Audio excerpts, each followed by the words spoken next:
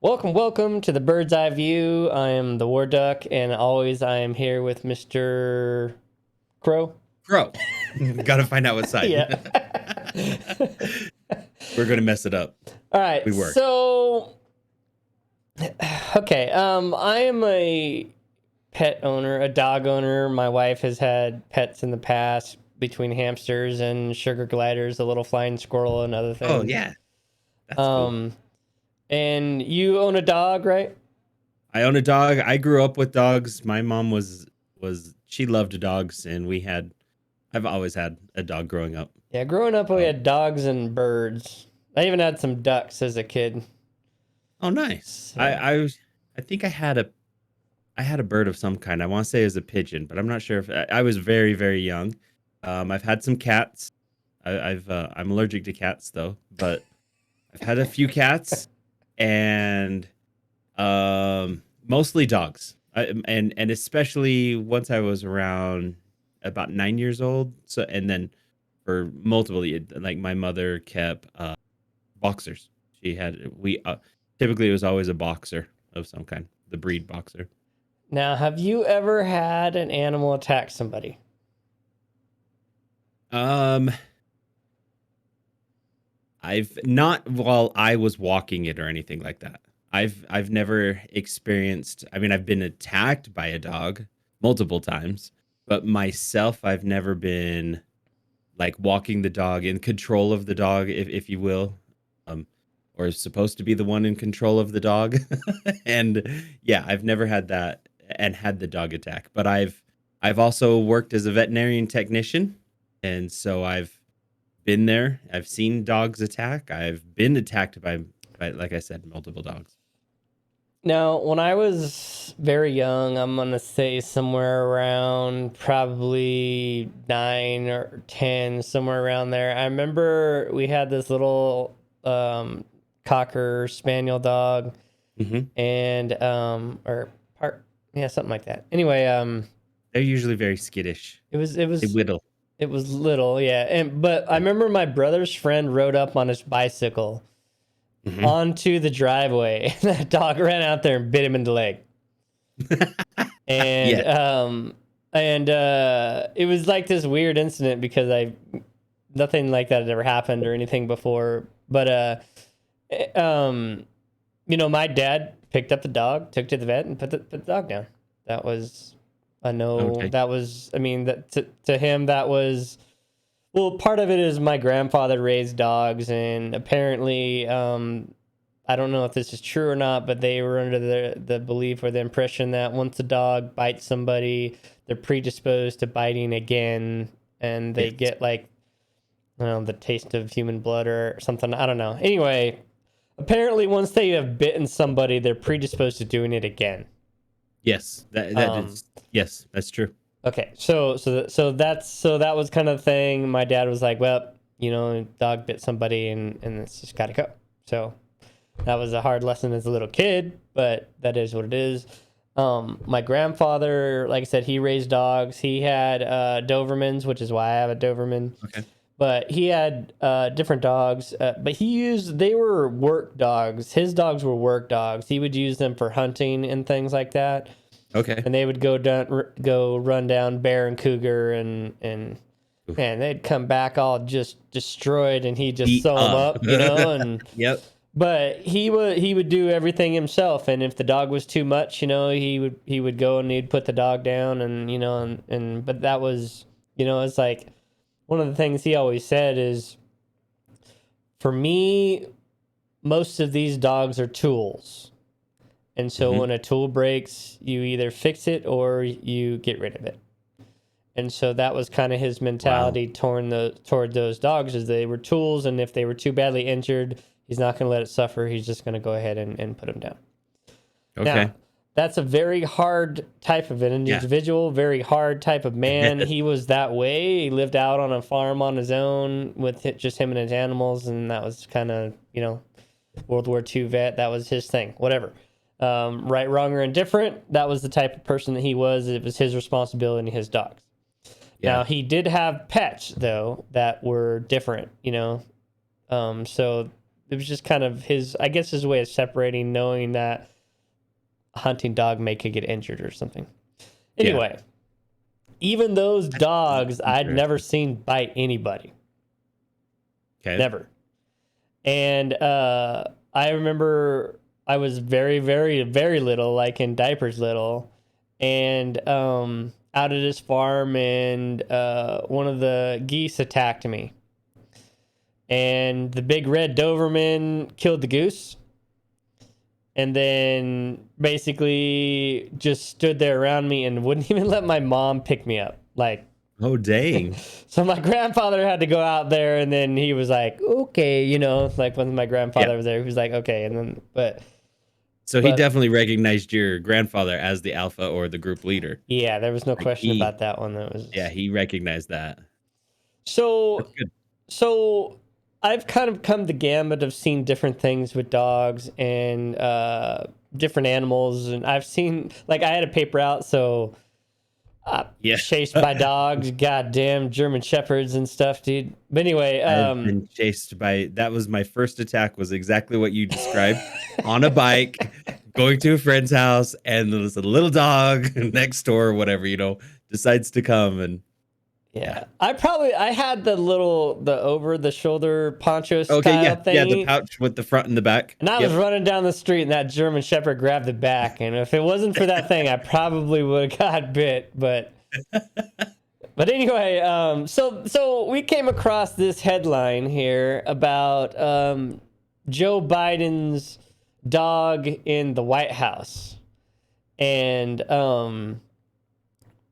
you know, the media makes this all friendly, you know, like, oh, you know, the dog's just not happy at the White House, and so we're going to rehome him with some family friends somewhere else. And then, but look, we got a new dog and a cat. And a cat. Yeah, that was okay. And a cat. But the story behind this is a lot worse. Yes. So basically, this dog, Major, who's 3 years old, has continually been biting people and attacking people in the White House. And that was something too, as I'm reading it, and just what you just mentioned right now too, was it's come to the White House, and it's in a new environment, right? It has been, I would say, almost a little skittish. Maybe it's a new environment. It's not used to the White House. It's not used to probably seeing all these people, which I feel like, okay, a dog should look up to its owner or its pack leader to find out what is okay and what's not, even though in a new environment. Now, a well-trained, well-balanced dog isn't going to have a problem wherever you take him. Exactly. Like, it might be a little skittish. It might be because it's a new environment. Right. We all are like that too. But yet you look, if you're taken to your friend's house, or whenever, you know, like whenever you went to your friend's, you know, house for the first time to meet their parents, you're a little skittish because it's a new area, but you look to your friend for comfort. And that's what I was thinking, you know, this dog should be looking to its owner for, okay, what's the next step? Is this okay? Are we should I be on the alert? Should I be looking? And it seems like it's not even on the alert. It's just scared. It is reading through this a little bit, you know, it's like it's not being honed in. It's not being comforted. It's so lost. The dog, it's lost. Right. The dog is not in a happy spot. Exactly. For whatever reason that is, the dog is not in a happy spot. Now, as an owner, I can't even imagine giving my dog away. That's like giving a kid away. It's just unthinkable for me. Especially, this is a 3-year-old dog. Right. So they've had it for 3 years. For at least 3 years. On March 9th, an agency member noted in an email, family pets are back in Delaware, if you hadn't seen the headlines. So back in March, there was a string of incidents. I think it was like 8 days in a row where the dog bit somebody, a Secret Service agent or a White House person or whatever. Now, the thing is They're in Washington, D.C. with this. Hmm. And so if you were anybody else other than the president, you would be culpable with this. And so let's look at the Washington, D.C. law. A dangerous dog is considered to be a dog that has already bitten or attacked another person or domestic animal without provocation, and any dog that has continuously engaged in potentially dangerous dog behaviors while moving toward the extreme. That So- pretty much fits the definition of this dog. Yeah. So how do you define bitten? Like, what is the extreme? Like Bitten what are or attack, it doesn't matter. It's Is it not saying it has to nipping? draw blood. It's just saying that, okay? bitten or attacked, either way. If it's Okay. me and the dog grabs a hold of me and breaks skin or something, I'm gonna consider that bitten. Yeah, If exactly. a That's dog where I grabs was a trying to hold go. of me, I'm gonna consider that bitten, whether he breaks skin or not. Especially, Yes. and there's a difference between play, because my dog has broken skin in play, Yeah. but he immediately, like, he knows too. As soon as like he grabs me too hard, he's like, Yeah. he's like, oh my god, but he doesn't like, because we'll like be playing and he'll nip and he'll get me right, but Yeah. it's in play and he immediately stops. He's like, oh my god, and he feels Yeah, bad. see- It's not aggressive. It's obvious. But Mine's aggressive mine's the dog, opposite you can way. tell, right? Mine's yeah. The fear gets to you when an aggressive dog is trying to get at you. Mine like so if you're in shock, you know how like if you're there playing and it hurts a little bit more than normal and you're like, ow. Yeah. Like that freaks her out. Like for my dog, she's Yep. like, oh shoot, like, and then all of a sudden she's like, the tail's between her legs, and she's like, oh, I'm sorry, I'm sorry. Prime will get right in my face and he'd be like, oh, Yeah. sorry. Yeah, she'll get in there, she'll start like licking, like, oh, I'm sorry. So yes, that is a good example of they're playing. It was an accident. Happens with kids too. Right. But I was also trying to ask you, what do you consider biting? And I think you did a great job of explaining it, right? It is being aggressive. If it's breaking skin, that is definitely a bite as well, especially if it's in that type of a manner of being aggressive, right? Yeah. It's trying to show dominance and it's breaking skin, or it's even nipping as it's showing dominance. I think you explained it just Okay, perfectly. so now that we've defined the president's dog as dangerous, according to Washington, D.C., Yes. right? Says those who have been determined to own a dangerous dog have some special responsibility in place when compared to those who do not. A dangerous dog owner must provide secure confinement of their dog that disallows them to escape, protect strangers and other domestic animals from the dog. Also Such as the new protects the cat. dog from the elements. Okay. That's when it's being confined. Now, the other last piece of this is when not in a confined space, the dog must be kept securely on a leash, no longer than 4 feet, and must be muzzled. So you're basically showing it that, hey, you've done something wrong here. Well, you're making it you're incapable of biting somebody else by having it muzzled and on a leash, Yeah. which You're- did not happen with this. No. If a 'cause dangerous that dog happens. injures another person or domestic animal, the owner not only faces civil liability, but potential fine up to $10,000 per incident. Okay, but that's $10,000 out of my pocket if we tell Biden to pay that. No, it can't come out of the presidency fund. That's a personal liability. Mhm.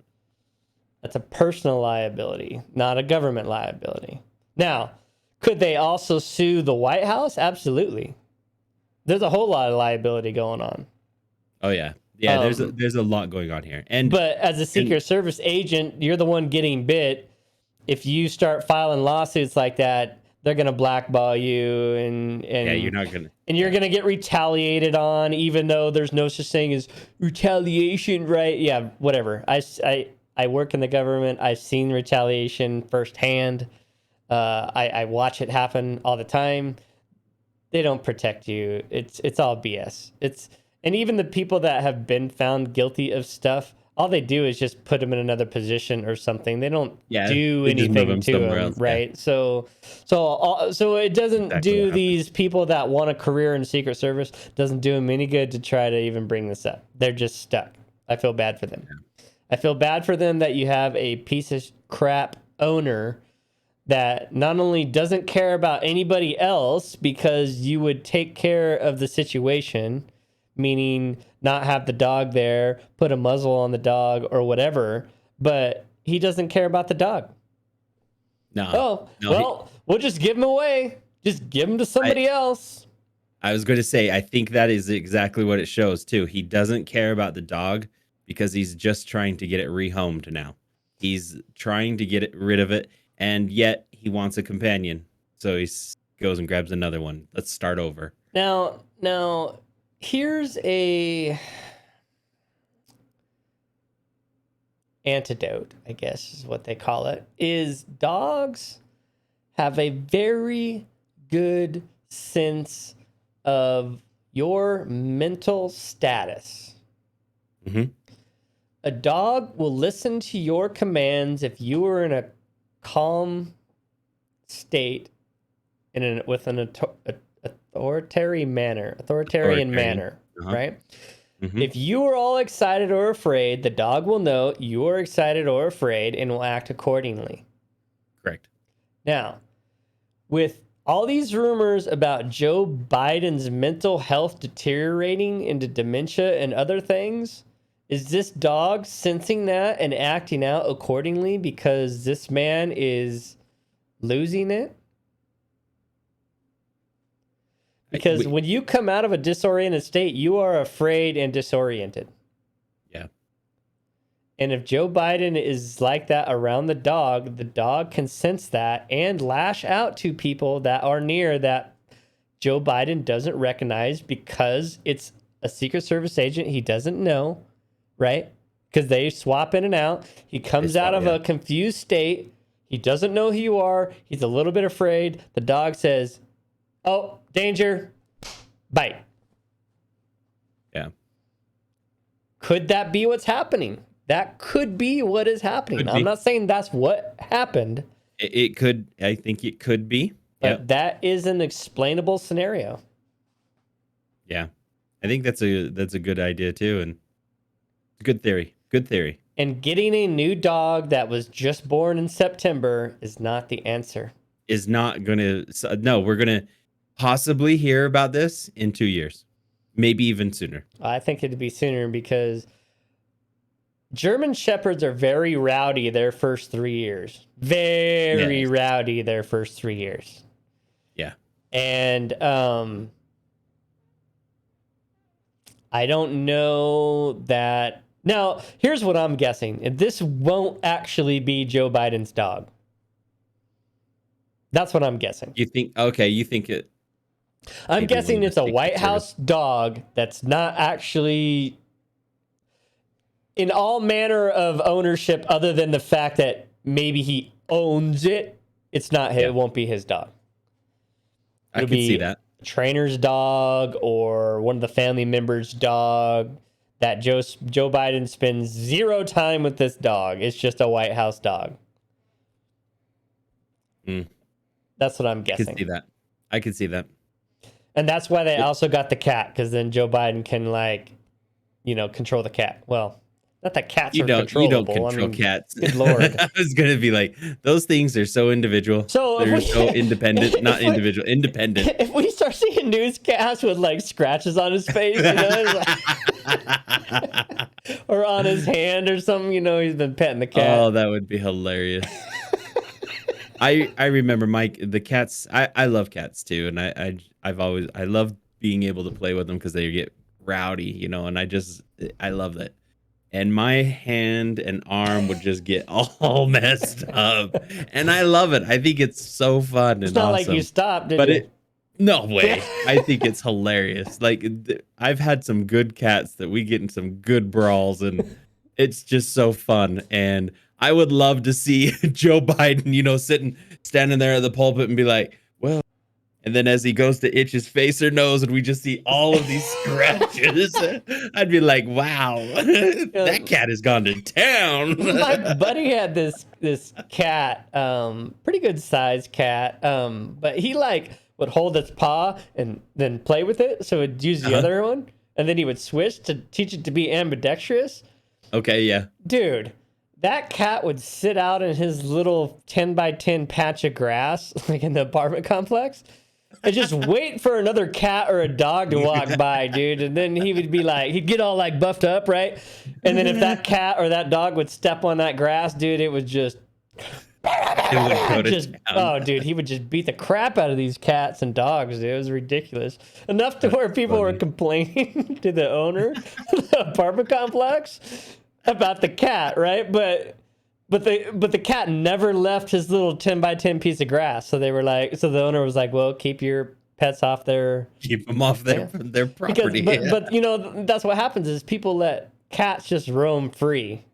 Yeah. Little murderous animals, dude. They just let run free and they just try to kill everything. Yeah, cats they have a mind of their own and they live in their own world. You're just nice to be its companion. And typically I've heard this. I'm not too sure how true this is with cats, but I've heard people say, so there's two theories that when the cat brings a dead animal to you, they're like, oh, it sees it as one of your own, and so it's offering you something. I've actually heard it the other way too, where the cat sees you as you're not independent enough that you can't provide for yourself, so it's trying to help you. So I don't know if it's because you're the friend and it's being like, hey, welcome, here you go, here's an offering, or if it's a third hey, option. dumbass, here you go. I think it's a third offering. Watch your step or I'll do this to you. It could be that too. Have you ever seen the cats, man? When they stare at you, they're just like, I recorded my cat one time just because it would watch my mom and just be like, she's snoring. Do you want me to slit her throat now? Or, you know, it's like, holy cow. But that's fun. All right. So tell us what you think about this rehoming a pet and getting another dog and, you know, and about this whole thing. Let us know what you think about this. Yeah. If you're a current pet owner, let us know what kind of pet you have and how long you've had pets. I'm completely against it. I think if you were going to give a dog away, you shouldn't have got another one. No, I fully agree with that. Just if you can't take care of the current one, you shouldn't be getting a new one. All right, everybody, we are out of here today. It is after Christmas, so I hope you got all that family time and all that food and spent time with your pets and didn't rehome them like this jackass president we got. I was thinking the same thing. Like this big old donkey that we have. All right, everybody, much love all. See you later, everyone. Bye. This fucking donkey.